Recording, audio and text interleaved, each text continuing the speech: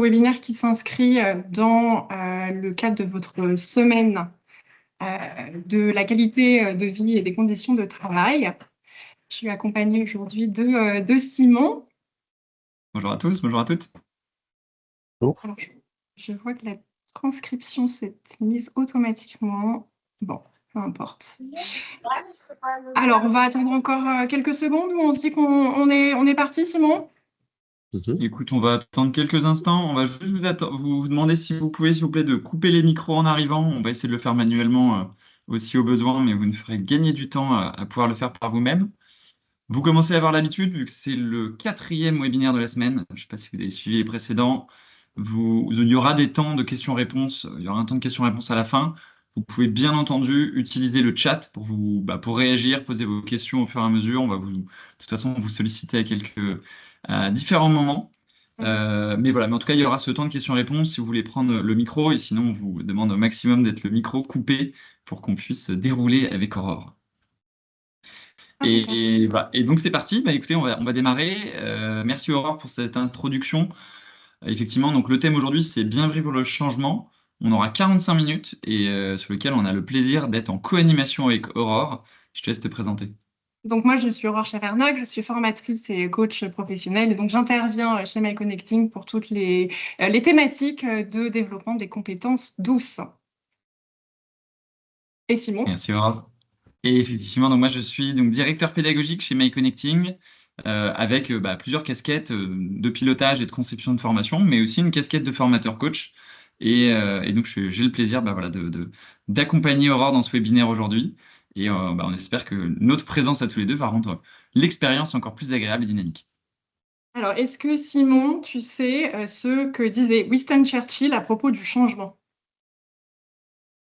Je ne sais pas encore, mais tu vas pouvoir me le dire, Et je vais Aurore. te le dire. En fait, Winston Churchill, il avait cette phrase qui est assez une phrase de choc. Il disait mieux vaut prendre le changement par la main avant qu'il nous prenne par la gorge. Et en fait, cette phrase, elle va vraiment synthétiser ce qu'on va voir ensemble pendant 45 minutes. C'est-à-dire quelle attitude on peut adopter, quel état d'esprit et quelle action on peut mettre en œuvre pour faire du changement, non pas quelque chose de douloureux ou de difficile ou d'inconfortable, mais au contraire, comment on peut faire du changement une chance. Complètement. Oui, oui, complètement. Merci beaucoup de nous introduire là-dessus. Vous allez voir, on va parler de pas mal de choses. On va parler de chance, justement, et d'opportunités à saisir. On ne vous fait pas de promesses miracles pour ce webinaire. Il n'y a pas une bonne manière de bien vivre le changement. Mais on va dire qu'il y a deux clés qui sont assez phares sur lesquelles on va revenir. C'est le fait d'accepter qu'il fait partie de notre vie. Et vous allez voir, on va passer un petit peu de temps sur cette première partie, sur comprendre le changement et le monde dans lequel on vit aujourd'hui. Et il y a aussi le fait de comprendre qu'il est urgent d'entrer dans le mouvement du changement. Et donc là, ça rejoint vraiment ce que tu disais sur cette citation. Et on va essayer donc tout au long de ce webinaire de vous donner des conseils, des techniques, des outils en tout cas pour identifier ces étapes, savoir où vous vous positionnez dans le changement et puis pour réussir à mieux le vivre au quotidien. Et puis effectivement, on gardera aussi une partie de questions-réponses à la fin pour donc répondre à vos questions. Et peut-être pour démarrer, voilà, et pour voir aussi comment le changement fait partie intégrante de notre vie au quotidien, je vous propose de voir comment vous vous positionnez par rapport à cette notion de changement, avec une première question qui va apparaître dans le sondage, dans le chat, qui est finalement au cours des 5 dernières années, quels sont les changements que vous avez connus dans votre travail? Alors, vous allez les voir apparaître. Il peut y avoir des changements de poste ou de responsabilité. Ça peut être un changement au niveau de votre équipe. Ça peut être des nouveaux marchés sur lesquels vous avez dû travailler, des nouveaux clients. Il y a, a priori, pour beaucoup d'entre nous, le télétravail. Il peut aussi avoir l'adoption d'un nouvel outil, d'un nouveau processus, ou même pour certains d'entre vous, une mutation, un changement d'entreprise. Donc là, voilà, l'idée, c'est d'avoir vos résultats. Je ne sais pas si le sondage est bien lancé. Simon, tu peux me dire si c'est Le OK? sondage est bien lancé, les résultats s'affichent normalement si vous y avez répondu. Voilà, on a environ 30, on a 35 réponses actuellement. Là, on vous a mis des exemples de changements professionnels. Bien entendu, il y a aussi tous les changements personnel, hein, que ce soit l'arrivée d'un enfant, que ce soit un déménagement, que ce soit des changements un peu plus légers du quotidien. Mais ce qui est sûr, c'est on est bercé de ce changement dans notre vie perso et dans notre vie pro. Ouais. Et là, ce qu'on voit effectivement dans le sondage, c'est surtout un changement de management ou des personnes des équipes, hein. C'est vrai que les équipes, elles sont toujours en mouvance, donc ça paraît assez naturel, effectivement, que ça concerne beaucoup d'entre vous. Super. Alors, on va passer à une autre question qui va plutôt nous permettre de jauger finalement comment vous vous situez, vous, par rapport à cette notion de changement et on va jauger aussi votre réaction. Donc, quand je vous dis changement, de manière assez spontanée, quelle est votre première réaction? Est-ce que c'est alerte rouge dans ma tête? Est-ce que c'est je respire un grand coup et hop, j'y vais, je fonce? Est-ce que c'est chouette, une nouvelle aventure? Ou est-ce que, oulala, va falloir vraiment chercher discrètement la sortie parce que compliqué. Donc, il y a plusieurs possibilités, aucun jugement de valeur. À nouveau, on verra que qu'elles soient positives ou négatives, finalement, ces réactions, elles peuvent être, elles sont assez humaines D'accord. et elles font le lien aussi avec le stress, hein, parce que qui dit changement dit nouveauté, dit stress. Et bon, donc on peut faire le lien aussi avec les stratégies instinctives de survie, hein, qui sont soit la fuite, soit le combat, soit l'inhibition de l'action. Voilà, et à nouveau, tout ça est très humain. On Alors, en qu'est-ce vient que ça vous dit? 55% de je respire un grand coup et j'y vais. Ok, intéressant. Et puis on a 22% de très optimistes. Chouette, une nouvelle aventure. Donc là, à nouveau, aucun jugement de valeur. Ce sont des réactions qui sont complètement naturelles. Tout à fait. Alors, on va continuer? Oui, carrément. Et ben carrément. Ah oui, non, Simon, je voulais savoir, toi, pour toi, quand tu entends le mot changement, qu'est-ce que tu te dis? Ça Oui. fait référence à quoi, toi?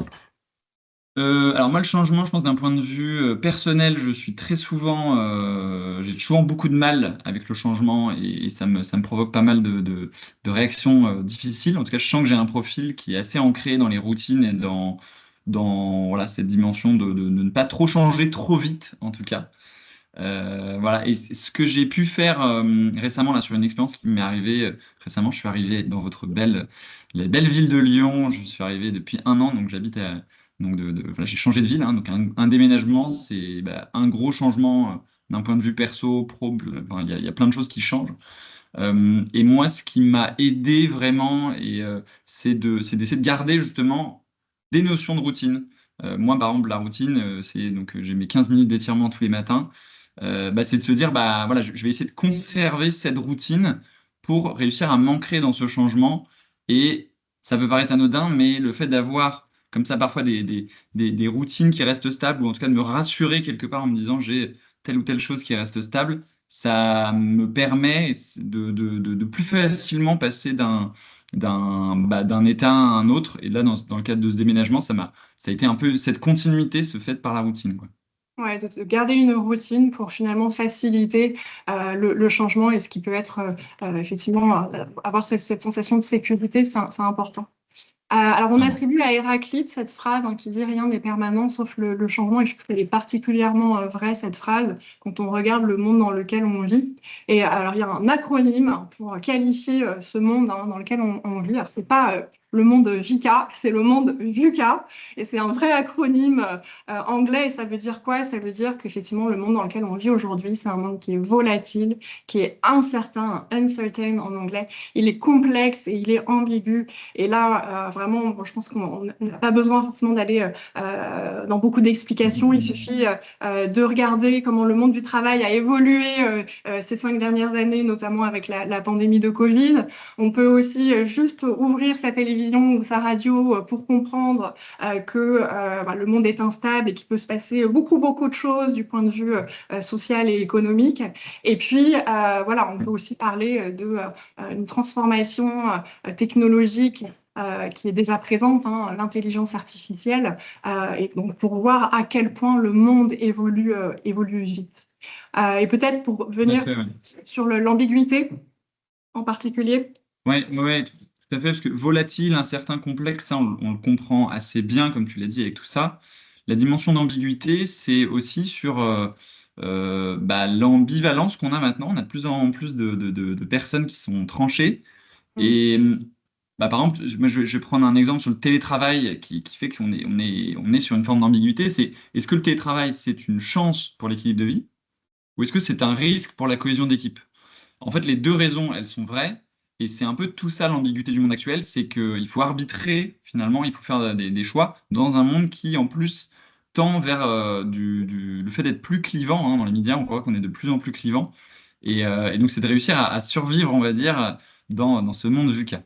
Ouais. En tout cas, c'est de se dire que le changement, c'est tout le temps, hein, c'est en permanence et il est vraiment nécessaire aussi de pouvoir prendre le train en marche. Alors, je voulais partager quelques statistiques assez rapidement si on fait un focus vraiment sur le monde du travail, notamment en France. Voilà, c'est quelques statistiques qui nous montrent que finalement, le changement, il est aussi inhérent, hein, à nos postes, hein. Donc, 5 ans, c'est la durée moyenne au même poste. Entre 5 fois et 13 fois, c'est le nombre de changements d'emploi au cours d'une carrière. Ce qui est intéressant, c'est de voir qu'en fait, ça va s'accélérer pour les jeunes générations. Hein, selon l'INSEE, on va plutôt aller vers du 13 fois à 15 fois pour les jeunes actifs. Il y a le pourcentage de télétravailleurs aujourd'hui, hein, 30%, et c'était seulement 3% avant la crise du Covid. Et puis, je regardais ce matin une statistique sur l'intelligence artificielle. Et là, en un an, en fait, on est passé, je crois, de 20% d'utilisateurs au quotidien à quasiment 40%. Donc là encore, juste montrer que le changement est permanent.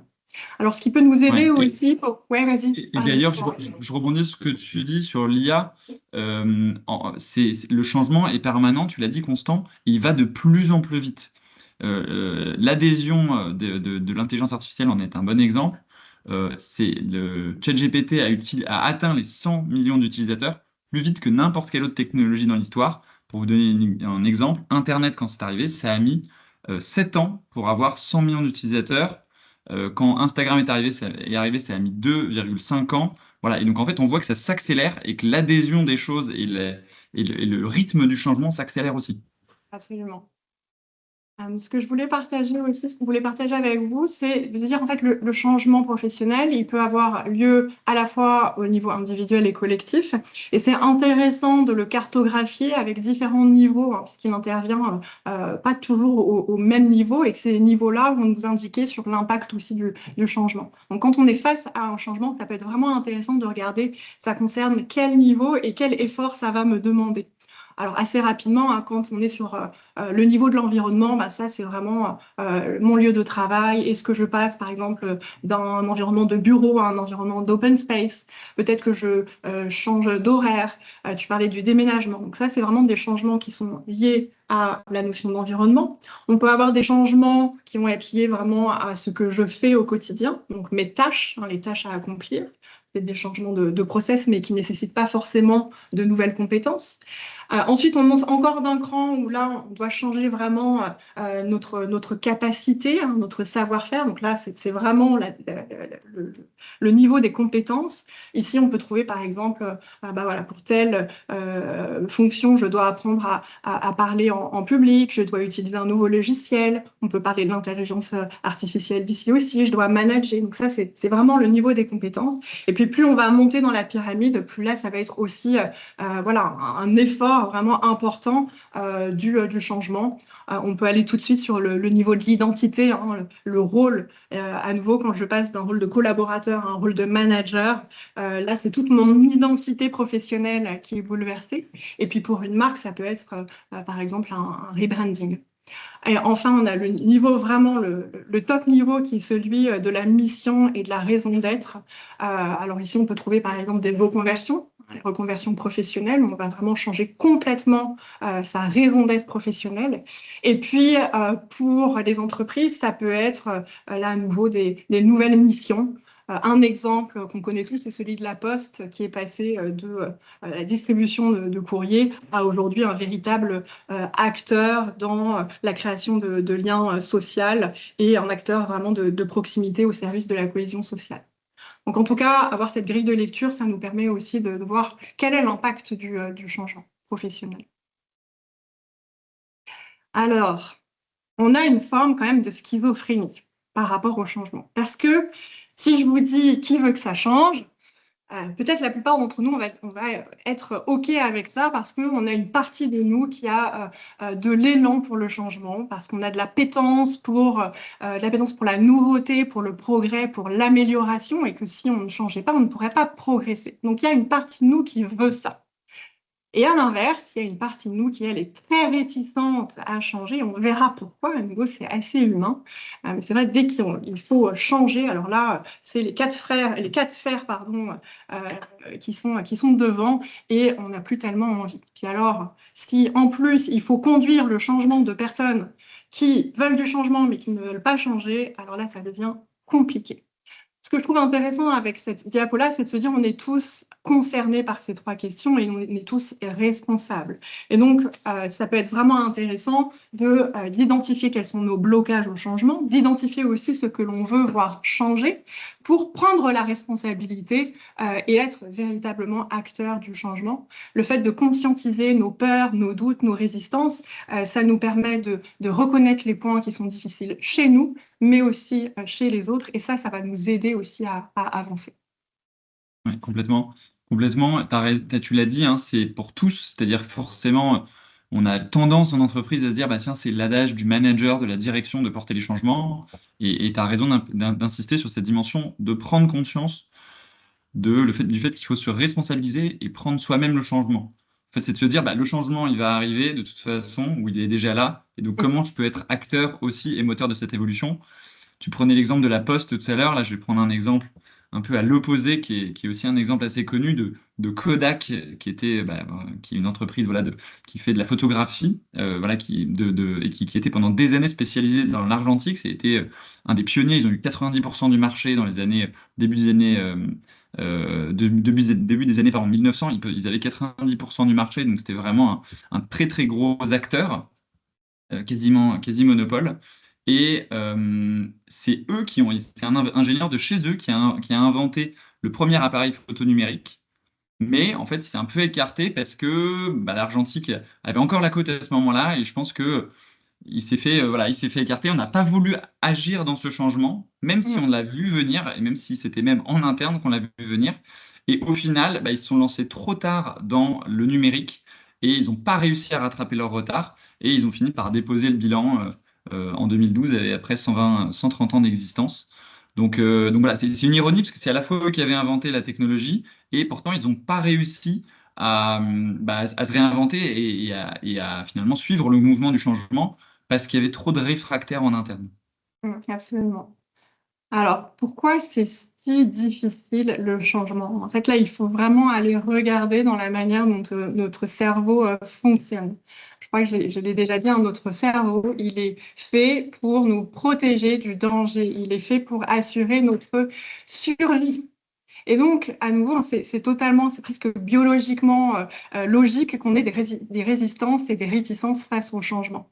Alors, je vous propose de regarder 4 obstacles finalement majeurs que l'on peut rencontrer quand on parle du changement. Le premier, c'est la peur, et c'est l'émotion centrale quand on est face au changement. Et on a peur de quoi? On a peur de l'inconnu, on a peur de sortir de sa zone de confort. Peut-être qu'on a peur de perdre quelque chose, hein, de perdre des avantages. Peut-être qu'on a peur aussi de manquer de confiance face à la nouveauté. La perte, elle fait partie, c'est le deuxième point, inhérente du changement. Quand on change, on passe d'une situation A à une situation B, même qu'il soit voulu, subi. Dans toute situation de changement, on perd quelque chose. Et donc là encore, c'est un obstacle. Il y a la notion d'effort. Là encore, notre cerveau, il est plutôt là pour nous faire économiser de l'énergie et c'est beaucoup plus énergivore de traverser une jungle plutôt que de marcher sur un sentier qui est complètement balisé. Et qui dit changement dit abandon d'habitude, abandon de routine, dit nécessité d'acquérir justement de nouvelles compétences et ça demande de l'effort. Et le dernier point, c'est, donc je l'ai dit, sortir de sa zone de confort, c'est pas forcément confortable, surtout pour les plus perfectionnistes d'entre nous, ou les personnes qui vont avoir envie de contrôler les choses, pour elles, ça va être un peu plus compliqué. Et je voudrais juste là m'arrêter sur cette notion d'effort, parce que En fait, le changement, il faut le voir aussi comme une chance justement de lutter contre le déclin cognitif d'une certaine manière, parce que plus on va être curieux, plus on va justement s'entraîner au changement et à la nouveauté, plus on va fabriquer des nouvelles connexions neuronales, et plus ça va nous aider du coup pour notre plasticité cérébrale. Donc vraiment, en fait, se dire le changement, c'est vraiment une chance pour notre santé mentale finalement. Ouais, complètement. Et là-dessus, tu as raison. Il y a un conseil, un concret qu'on pourrait se donner par rapport à ça, c'est de donner du sens au changement. On va y revenir hein, tout à l'heure. Mais c'est de se poser cette question justement, OK, ce changement, il est là. Et donc, comment je le transforme en chance, comme tu disais, comment je le Mm. transforme, enfin, quelle est l'opportunité pour moi? Qu'est-ce que je fais de cette opportunité? Et donc, voilà, de revenir aussi à sa propre condition de qu'est-ce qu'on va faire dans ce changement. Ouais. Il y a ça, il y a la notion de curiosité aussi qui me paraît vraiment importante de vraiment être tout le temps dans cette dynamique de curiosité. Alors, pour nous aider finalement à comprendre comment mieux aborder le changement, en fait, il faut savoir il y a différentes étapes qui sont vraiment inhérentes. Donc là, je vais vous présenter la courbe du changement que peut-être certains d'entre vous connaissent, qui a été développée à l'origine par Elisabeth Kubler-Ross pour modéliser donc à la base les phases du deuil. Et en fait, cette courbe, elle a été reprise dans le monde professionnel pour illustrer les réactions humaines que nous avons face à un changement. Et en fait, cette courbe, à nouveau, elle est précieuse parce qu'à la fois, elle normalise nos réactions, elle nous aide à mieux comprendre les ressentis, les nôtres et ceux des autres, et ça nous permet aussi d'établir un certain nombre d'actions au bon moment. La première étape, c'est la notion de refus. Donc là, c'est quand je ne veux pas voir le changement et que je me dis, mais non, c'est un test ou c'est une blague. Cette phase-là, elle dure pas très longtemps en général, hein, cette phase de refus. Parce que en fait, on va rapidement tomber dans ce qu'on appelle la résistance au changement, où là, on va être traversé par plutôt des émotions de frustration, de colère, et on va empiler, on va faire un tri de tout ce qui est négatif avec le changement. Je veux pas vraiment voir hein, ce que je vais perdre, je vais essayer de lutter contre ça, et c'est là où on va voir vraiment toutes les choses négatives. Peut-être vous avez l'arrivée d'un nouveau logiciel, oh là là, ça va prendre trop de temps, ça sert à rien, c'est compliqué, voilà. Donc résistance. Ensuite, une fois qu'on se rend compte que finalement le changement il est inévitable et que là je vois vraiment ce que je perds, on va tomber dans une phase où on est plus traversé par de la déception, voire de la tristesse et dans une énergie assez basse de résignation. Donc, la résignation, c'est voilà, je comprends que le changement est inévitable et ça me rend un peu triste. Il y a un point de bascule qui fait on va passer de la résignation à la résilience. Et quand on passe ce point de bascule-là, on retrouve peu à peu de l'énergie pour s'engager dans quelque chose de nouveau. Et là, on va commencer à faire des tests, ce qui peut encore s'accompagner de craintes, mais on va commencer à explorer, à s'approprier le changement. À nouveau, si je prends l'exemple d'un nouveau logiciel, d'un nouveau processus que vous devez adopter, eh bien, ça va être la phase où vous allez tester, où vous allez commencer à comprendre l'outil, où vous allez commencer à voir aussi ce que ça peut vous apporter, jusqu'au moment où, enfin, vous allez maîtriser ce nouvel outil, vous allez complètement vous engager dans ce nouveau processus. Et là, vous voyez vraiment tout ce que ça vous apporte de positif. Donc c'est voilà, c'est valable pour n'importe quel type de changement, des gros changements, des petits changements, vie pro, vie perso. Et c'est assez intéressant d'ailleurs de revisiter, si vous pouvez le faire là, rapidement pour vous, de prendre un changement que vous avez vécu récemment et de voir que très certainement vous avez traversé toutes ces étapes. Et à chaque étape, voilà, il y a des actions à mettre en œuvre, hein. Quand on est dans la notion de refus, moi, je vous encourage à aller vraiment à la pêche aux informations pour éviter de rester dans le flou et dans l'incertitude. Donc, quand est-ce que le changement va avoir lieu? Qui est concerné? Pourquoi? Hein, donner du sens.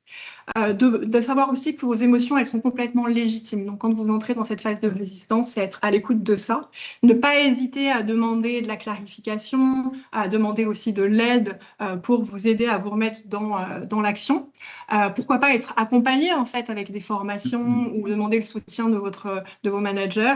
Et puis, dernière phase qui est vraiment très importante, célébrer. En fait, pour qu'il y ait des spirales positives et pour vous mettre vraiment dans une rétroaction positive du changement, moi, je vous invite à célébrer aussi vos réussites quand justement vous avez réussi vos changements ou vous avez réussi une nouvelle compétence en apprentissage. Ça, c'est vraiment clé.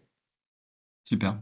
Eh bien, écoute, on va vous demander maintenant, qu'est-ce qui finalement, vous a aidé à traverser ce changement? Donc, si on peut reprendre le changement sur lequel vous nous avez sur lequel on vous a interpellé au démarrage, ou un autre changement, mais voilà, qu'est-ce qui vous aide finalement à traverser un changement? Alors, je vais lancer le sondage. Voilà, s'il y a une autre réponse, vous pouvez aussi la mettre bien sûr dans le chat, hein, vous n'hésitez pas. Là, c'est encore une fois, on a essayé de vous donner quelques exemples de choses qui peuvent vous aider.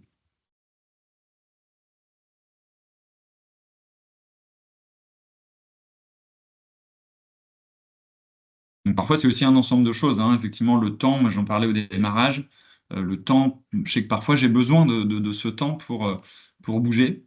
Et tout à l'heure, tu parlais des émotions. Je pense que le fait de pouvoir en parler, c'est essentiel. Et souvent, on peut avoir une tendance à se dire, bah, il y a un changement, et donc il faut vite le faire passer. Alors qu'en fait, il faut justement prendre ce temps d'accepter les émotions et de dire, bah, effectivement, moi, je suis peut-être contre ce changement, en opposition, je suis peut-être, en tout cas, moins partant pour. Et si on me laisse pas l'opportunité de m'exprimer, bah, ça va être plus frustrant qu'autre chose. Oui, ça nécessite une forme de courage managérial aussi, hein, de pouvoir justement affronter les émotions des autres. Purger justement toutes les ressentis négatifs au démarrage d'un changement, ça peut être assez intéressant. Et puis, il y a des études qui ont été faites sur juste exprimer ses émotions et ses ressentis, ça permet de baisser l'intensité, en fait, hein. Donc, c'est aussi intéressant à savoir. Alors là, dans le sondage, je vois qu'il y a la notion du sens, hein, c'est ce que tu disais d'ailleurs, Simon, tout à l'heure, hein, Oui, qui est vraiment, qui ressort pour beaucoup d'entre vous, hein. Il faut donner du sens au changement. À quel sens a le changement? Et puis prendre du recul, effectivement, pour réfléchir. OK. complètement. Alors maintenant, on va passer justement à la dimension plus outils. On en a disséminé, hein, pendant ce début de webinaire, mais Mm. d'aller un peu plus concrètement dans qu'est-ce qu'on peut faire. Point de Ouais. vue sur le changement. Absolument. Alors, en fait, il y a aussi, je ne sais pas si c'est Churchill ou pas, mais peu importe, quelqu'un qui dit entre l'optimiste et le pessimiste, finalement, les deux ont tort. En tout cas, on ne sait pas trop qui a raison, mais il y en a un qui est plus heureux que l'autre. Et je trouve que c'est intéressant de se mettre vraiment dans cette perspective d'optimisme et de courage face au changement. Ce qui peut nous aider, les questions vraiment aidantes qui peuvent nous aider, c'est des questions de recadrage, soit au niveau du temps, soit au niveau des personnes, soit au niveau de ce qu'on appelle le cadeau caché. Donc, quand vous êtes face à un changement, moi, ce que je vous encourage à faire, c'est vraiment adopter cette prise de recul dont 21% d'entre vous disent qu'elle est vraiment essentielle et de vous poser la question suivante. Typiquement, quel sera l'impact de cette situation dans un mois, dans un an, dans 5 ans? Si je repense à ce changement rétrospectivement dans 10 ans, quel conseil je me donnerais aujourd'hui? Ça nous permet déjà une bonne prise de recul. Ensuite, vous pouvez vous poser la question, si c'était une personne que j'admire, une personne qui est experte, une personne qui a des compétences, une personne expérimentée qui était face à cette situation de changement, comment elle réagirait? Et finalement, qu'est-ce qu'elle pourrait me donner aussi comme conseil? Et enfin, il y a la notion du cadeau caché. Et là, je vous mets au défi presque tous de vous dire finalement, même dans les changements qui ont été les plus difficiles pour vous, je suis certaine que vous avez tiré des bénéfices de ça. Il y a toujours une bonne raison de, même dans la difficulté. Et à nouveau, l'idée, c'est pas d'attendre des années pour voir le cadeau caché, mais plutôt de se dire, OK, là, maintenant, quelle opportunité ou leçon je vais pouvoir tirer de cette situation, quelles compétences je vais pouvoir acquérir, en quoi ça va m'aider pour mon avenir professionnel, et puis voilà, en quoi ça peut d'ores et déjà être bénéfique. Donc ça, c'est des questions qui nous permettent cette prise de recul dans toujours un état d'esprit positif. Ouais, complètement, complètement. Et on peut être aussi acteur à différents niveaux en tant qu'individu dans l'entreprise, en essayant d'identifier, en fait, dans un changement, on a toujours des alliés, c'est-à-dire des gens qui sont moteurs et qui ont envie de participer à ce changement, on a des gens qui sont plutôt passifs, hésitants, et voilà, qu'il faut convaincre, et on a des opposants. Donc ça va être vraiment dans tous les grands changements de vie, d'entreprise, voilà, tout ce qu'on vit au sein d'une entreprise finalement. Il y a toujours un peu ces trois grandes catégories. Et un des vrais conseils qu'on donne souvent dans des formations, par exemple managériales sur la conduite du changement, c'est de se dire, appuyez-vous sur vos alliés pour convaincre les hésitants. Mais là, c'est un conseil qu'on voudrait étendre à tous ceux qui nous écoutent, voilà, qui ne aident pas forcément sur des fonctions managériales, c'est de se dire, le changement, on va devoir passer en fait dedans. On l'a dit, c'est un changement qui risque d'être inévitable. Et donc, au plus vite, je vais être allié, au plus vite, je vais aussi être moteur dans ce changement. Au plus vite, on va réussir à transformer le changement en question et on va réussir à passer à l'étape d'après, faire que le changement devienne pérenne et voilà, et réussir en fait à convaincre petit à petit les hésitants et les opposants le plus rapidement possible. Donc c'est vraiment ça, c'est de se dire que encore une fois, c'est pas l'adage du manager et on est tous acteurs de ce changement. Et plus vite on va être acteur, plus vite on va mieux le vivre en tant qu'individu. Oui, et puis même en tant que, voilà, sans avoir des fonctions managériales, parfois on doit mettre en place des projets qui vont concerner d'autres équipes en transverse. Donc, on est quand même dans une situation aussi de conduite du changement. Et là-dessus, j'ajouterais juste, en fait, avec cette matrice qui est intéressante, c'est de se dire, oui, il faut se reposer sur ses alliés. Les opposants, ben, si vous avez déjà essayé de les faire adhérer, que ça n'a pas fonctionné, ben, c'est comment limiter aussi ben, qui plombent dans votre projet. Donc, peut-être limiter voilà, leur influence. Et puis, tout ce qui est passif et les personnes qui sont hésitantes, moi, le conseil que je vous donnerais, c'est de la co-construction. Vraiment impliquer pour à nouveau responsabiliser les personnes. Plus on se sent responsable et acteur aussi du changement, et plus finalement on va être volontaire pour le suivre. En tout cas, c'est ce que j'ai pu constater dans mes différentes vies professionnelles. Oui, tout à fait. Et pour engager le changement, on en a dit, mais on en a déjà présenté certaines, mais voilà, il y a 8 grandes étapes, on va dire, pour engager les personnes autour de nous et donc, en tant que collaborateur ou que manager, et pour réussir à leur donner du sens au plus vite possible et leur faire comprendre que le changement, on doit passer dedans. Ouais. Donc la première étape, vas-y, tu voulais rajouter quelque chose, Aurore? Non, juste effectivement, voilà, les étapes de Cotter, c'est vraiment un outil de management du changement qui est à nouveau très utilisé dans tout ce qui est conduite du changement. Et voilà, créer l'urgence, je trouve ça intéressant de se dire qu'à un moment, il faut vraiment être très clair sur pourquoi on change et aussi donner suffisamment d'éléments pour motiver à ce que le changement se fasse maintenant. Hein. Donc, pour créer l'adhésion, pour créer le mouvement et l'élan, c'est intéressant d'avoir cette notion d'urgence. Ensuite, bon, bah, là, la coalition, on vient d'en parler avec les alliés, hein, finalement, hein, c'est de se dire, trouver les bonnes personnes sur lesquelles on va pouvoir s'appuyer pour le changement. Il y a la notion aussi de vision qui est ultra importante. À nouveau, plus on est précis sur qui est concerné, quand, où, comment, quoi, pourquoi, plus on va engager dans le changement. Surtout pourquoi, hein, c'est ce que tu disais sur le donner du sens, en fait. Voilà, Absolument. quel est l'objectif et qu'est-ce qu'on va tous y gagner collectivement à aller vers ce nouvel outil, par exemple, ou autre. Absolument. La notion de la communication aussi, et là je dirais pas forcément que au démarrage d'un projet. Souvent, pareil, l'écueil que je vois, c'est que on communique une fois sur le changement et après on pense que ça va aller tout seul. En fait, non. Il faut de la répétition souvent pour s'assurer de la bonne compréhension. Et puis dans ces étapes de Cotter, vous voyez aussi des choses intéressantes qui font le lien avec la notion de célébration. Hein. Générer les victoires à court terme pour avoir vraiment des choses positives aussi sur lesquelles on peut s'appuyer, consolider les succès et vraiment oui, célébrer les premières réussites toujours dans cette perspective de cercle vertueux du changement. Bon.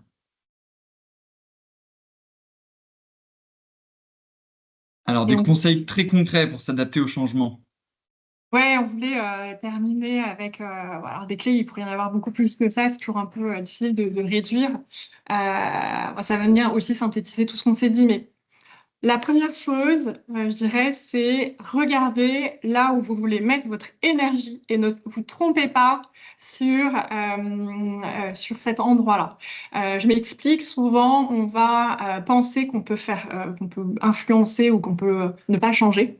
Mais souvent, en fait, donc, le changement est inéluctable et il faut pas se tromper et mettre de l'énergie là où ça va avoir aucun effet. Donc moi, vraiment, première chose, c'est regardez quelle est votre marge de manœuvre pour vous assurer que vous n'allez pas vous épuiser sur quelque chose sur lequel vous ne pouvez pas du tout influencer. Donc ça, c'est le premier point.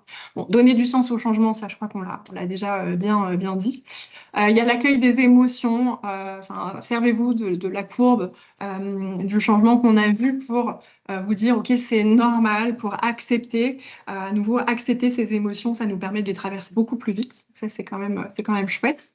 Ne pas hésiter à Là-dessus, adopter. Ouais. j'ai une petite anecdote, effectivement, Aurore, sur cette courbe. Euh, Nous, on a eu un gros changement à un moment, il y a quelques années, en interne. Et en fait, lors d'un séminaire qui suivait l'annonce de ce changement, on a fait cet exercice-là, c'est-à-dire qu'on s'est tous positionnés sur la frise en disant bah, où est-ce que j'en suis? Voilà, ce changement, on est quelques semaines après l'annonce, où est-ce que j'en suis émotionnellement Mm. au niveau de ce changement? Et je trouvais que c'était un acte assez fort parce que c'était de se dire c'est OK d'être toujours dans le refus ou dans la résistance, mais comment je peux concrètement aller vers la résilience, l'exploration, l'engagement? Et donc c'est pour ça que c'est important de le dire vraiment, c'est de se dire, quand tu parlais de la notion de accueillir ses émotions, c'est accueillir les émotions, oser les communiquer. Et, euh, et en fait, c'est en les exprimant plutôt qu'en les réfrénant qu'on va réussir à avancer. Carrément. Ouais, alors, pour continuer, demander de l'aide, partager ses doutes, c'est lié aussi finalement à ce dont on vient de parler. Ne pas hésiter peut-être à demander à être accompagné par son manager, à ses collègues, pourquoi pas demander une formation si on sent vraiment que, voilà, que le changement va demander un effort pour voilà, aller plus vite. Ça peut être intéressant d'être peut-être formé. Ou soi-même d'ailleurs, hein, de se former. Aujourd'hui, on a énormément de ressources sur lesquelles on peut s'appuyer. Alors la curiosité, vraiment, ça c'est, je pense, quelque chose qui est utile et pas que dans la vie professionnelle, mais cultiver sa curiosité en permanence pour voilà, être dans cette création de nouvelles connexions neuronales. Et puis capitaliser sur vos forces. En fait, alors j'ai plus en tête les résultats du premier sondage, mais vous avez tous traversé des changements déjà dans votre vie, plus ou moins importants, inconfortables. Vous en avez tous traversé des changements et vous êtes encore là aujourd'hui. Donc c'est la preuve que vous avez en vous des ressources et des forces qui sont présentes et que vous pouvez activer lorsque vous êtes confronté à un nouveau changement. Donc vous posez la question des compétences que vous avez déjà mises en œuvre, que vous avez aujourd'hui, des qualités qui sont les vôtres, peut-être des qualités de persévérance, de courage. Eh bien, prendre conscience de ça, ça peut aussi être très utile pour la suite des changements qui vont arriver. Et alors, on voulait vous laisser une question avant de vous laisser justement nous poser vos questions. C'était de dire, OK, quel conseil avez-vous envie d'emporter avec vous? Il peut y en avoir plusieurs. On va vous laisser utiliser le chat. Voilà, vous pouvez mettre le conseil 1, le conseil 2, le 3, le 4, le 5, le 6. Vous pouvez en mettre plusieurs. Voilà, mais qu'est-ce qui vous parle le plus, on va dire? Ouais, si vous deviez garder un ou deux conseils parmi ces 6 conseils. Alors, il y a pas de, je lance pas de sondage hein, du coup, hein, c'est dans le chat comme vient de le dire Simon. Donc, on vous laisse écrire directement dans la conversation. C'est quoi ce qui vous parle le plus là? Alors, on a quelqu'un qui nous dit 2, 3, 4, Ouais. 2, 3, 5. Le 2, le sens, donc effectivement, hein, c'est un peu le cœur de tout. Pourquoi on Mm. fait les choses, qui ressort pas mal. Je vois pas mal de 5 aussi, à moins que ce soit moi qui filtre, mais ouais. Bon, bah, là. C'est assez d'ailleurs logique qu'il n'y ait pas juste un unique conseil qui ressorte, ça va dépendre de vos expériences, de ce que vous avez eu l'habitude de faire. Donc, chacun a voilà, à ce sur quoi il peut s'appuyer, il ou elle peut s'appuyer pour la suite. Complètement. Ça, c'était vraiment ce qu'on voulait aussi vous proposer, c'était de dire, bah voilà, ce conseil que vous gardez ou ces conseils que vous gardez en tête, comment vous pouvez, là, si vous êtes en train de vivre en ce moment un changement, que ce soit pro ou perso, bien entendu, mais voilà, comment vous pouvez le mettre en action et comment vous pouvez, soit avec les questions qu'on a posées, soit avec des choses qu'on a partagées dans ce webinaire, bah, tout simplement pouvoir le mettre en application dès demain dans la situation que vous êtes en train de vivre. Je vois bien ta posture de coach du coup, Simon, ici, mais c'est vrai, c'est la prochaine étape, hein. Qu'est-ce que je vais faire? Quelles sont les premières petites actions que je peux mettre en œuvre pour donner du sens, demander de l'aide, hein. C'est quoi concrètement que je peux mettre en place euh, pour, euh, pour avancer? Super. Bon, on voit qu'il y a encore des dernières réponses, des dernières pardon, personnes qui commentent. Ouais. Vous pouvez nous poser vos questions. Voilà, on a encore quelques minutes ensemble. Donc n'hésitez pas à poser vos questions, que ce soit dans le chat ou que ce soit en prenant le micro. On va avoir encore quelques instants ensemble.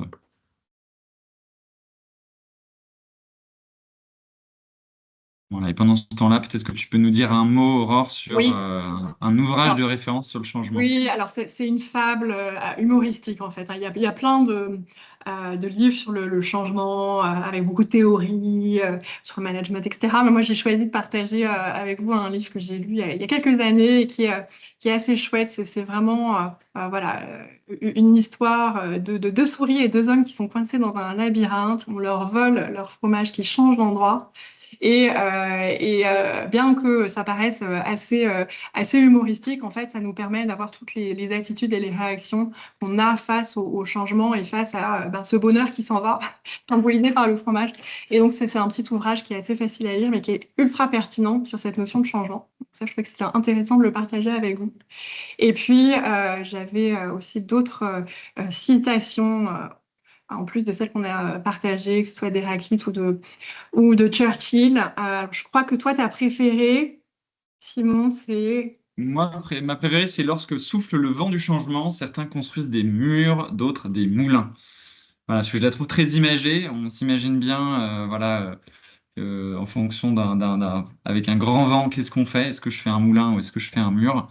Et c'est ce que tu disais sur les optimistes et les pessimistes hein, tout à l'heure. Ouais. Mais c'est comment je vais, quel état d'esprit finalement je mets en mouvement face au changement qui arrive. Ouais. Et puis moi, si je devais en garder une aujourd'hui, c'est celle de Darwin, hein. Ce n'est pas le plus fort de l'espèce qui survit, ni le plus intelligent, mais en fait, c'est celui qui va s'adapter le mieux au changement. Ouais. Super. Donc, est-ce qu'on a des questions? Est-ce qu'il y en a qui veulent prendre voilà, le micro? Est-ce qu'il y en a qui veulent la poser dans le chat? Vous êtes tout à fait libre. On serait ravis de pouvoir y répondre.